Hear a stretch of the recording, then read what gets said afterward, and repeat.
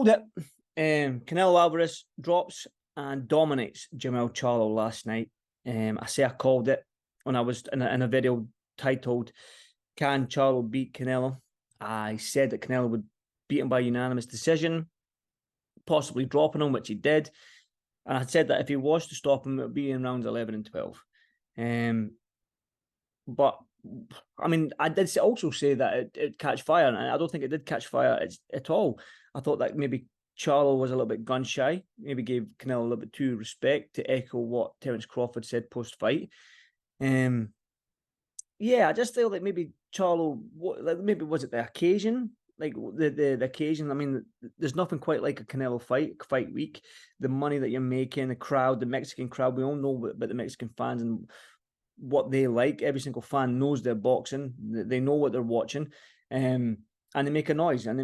So, was it the occasion? Was it fighting Canelo? Was it Canelo's power? Did he get a taste that early on and felt, oh, I don't want to taste that again, and got a little bit gun shy? Was it in it for the money? What was it? I don't know, but I just felt like Charlo gave Canelo a little bit too much respect in there. And it was one of the ones where I thought that maybe it would catch fire. Where, like, I was always going on that Brian Castano first fight, where Brian Castano would land that combination, and then Charlo would come back with his bust of his own. And you almost did that in the round 8 after he got dropped in round 7. He came back, and that was probably his better round in round 8.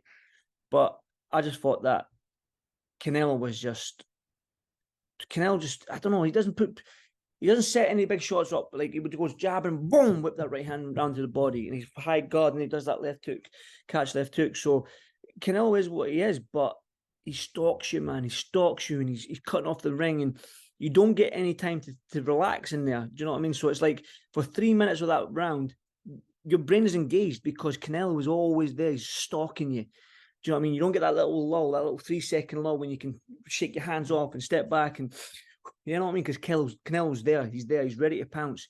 And yeah, and even though maybe he does get stoppage up in super middleweight, and he stopped guys like Kovalev,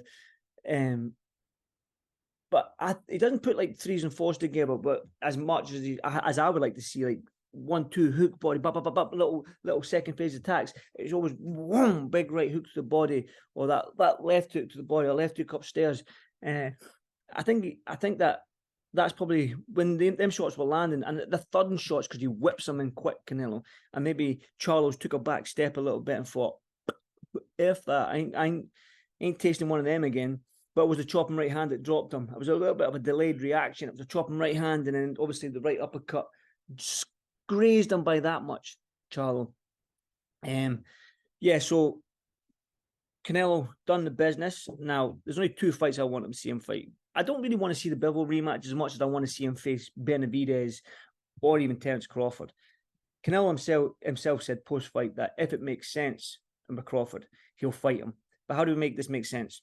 Do you know what I mean? Well, number 1 and number 2 in the pound-for-pound listing, both undisputed, same as Charlo. It will generate a lot more money than Charlo. It would probably generate a lot more money than the Benavidez fight. I just don't think Benavidez is that household name. He's a great fighter. He's not the household name with casuals. I don't think many people here in the UK, boxing fans wise, knows who Benavidez is.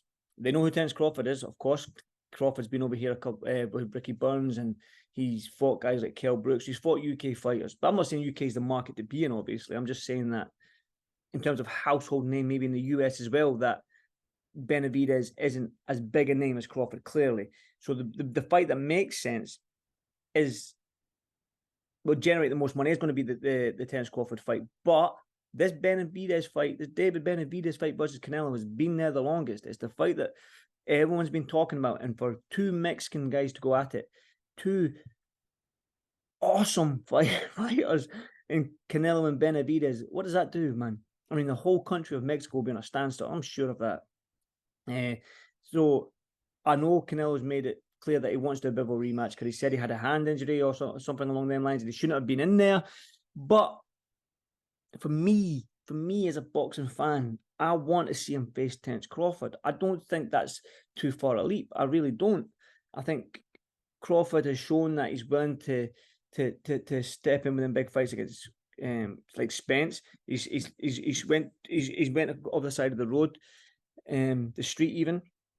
And I've been around both of them. They're both the same height. Obviously, Canelo's a lot thicker, but I'm sure Crawford can put on a little bit of beef. I mean, he's jumping up, what you're talking, 3 weight divisions.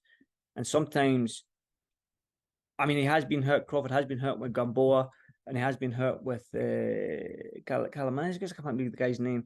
He has been hurt a little bit, or maybe wobbled a little bit.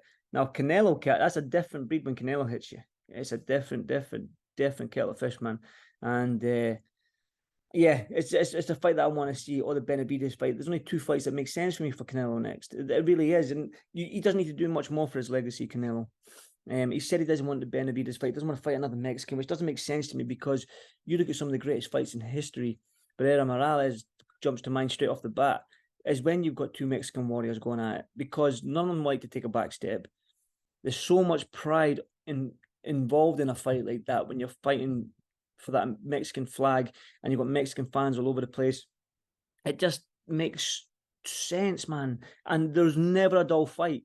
Never a dull fight when 2 Mexican warriors go at it. So for me, I want to see Benavidez, but I also want to see Terence Crawford. And I think I'm just heading towards Terence Crawford a little bit more, because I want to see Terence Crawford has almost had nearly every fight, probably every fight I've watched Terence Crawford, he's had his own way. So I'm wanting to see if Crawford can do something that I've never seen before. Canelo can do something to Crawford that I've never seen before, in terms of hurting him, pushing him back, like landing big shots, wobbling him, going for a little bit of adversity with like maybe a cut or something along them lines. But listen, I don't know. We need to wait. Boxing's been good. We've just seen that Usyk and Tyson Fury has been signed as well for maybe the tail end of this year, beginning of next year. So the big fights keep rolling, man. They keep coming. And I hope that we see that now. I think Canelo's proven that the Charlo fight, even though I was one of them, I thought it would catch fire. I thought if there'd be fireworks, but I think Charlo never showed up. I didn't think the Charlo that I in the Brian Castano fight didn't show up when he was ready to fight fire with fire. I think he gave Canelo too much respect. But Canelo did what he needed to do. He won by unanimous decision. And yeah, he marches on. Benavidez or Crawford next. You know what to do. Leave a comment. Subscribe if you haven't, please. Let's engage a little bit. I'd always answer the comments. So yeah, who do you want to see him fight next? Benavidez or Crawford? Let me know. Boom.